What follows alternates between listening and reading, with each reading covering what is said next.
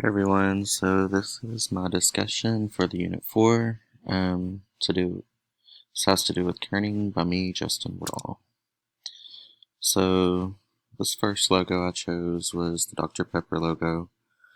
But to start out with, of course, we all know kerning, it's the proportional spacing and the tightening of the white space between the letters to create a visually appealing flow to text. So here with the Dr. Pepper logo, the P is very proportionate as to where it wasn't close enough to the D, so it wouldn't look like there were two D's in the logo there. And then it's got the continuation, with the P dropping down back here.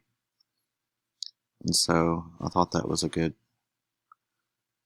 representation of kerning. And then, of course, the Nike logo. Here you see they chose a bolder font, but you can't really read it all that well. As to here, they spaced it out better to where you could read the font, and it's still within the check and doesn't really affect the logo that much, just more appealing to the eye. And then the USA logo for the TV network, it's, you can see it's using the closure effect from Gestalt's law, the closure effect, and it's still pleasing to the eye. So these were some of the not so good kerning photos or logos that I chose. Like here, the spacing between in therapist from the E and the R really made a huge difference there.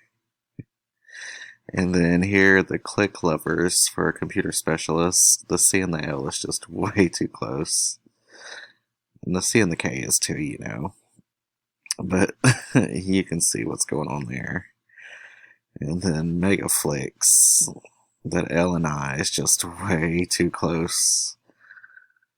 And that L, they could have used, maybe they needed a different font to where you could see it a little bit better, but yeah. But that's what I chose for the not so good kerning representations. So that's that. Alright, well, thank you guys for listening, and I can't wait to see y'all's presentations.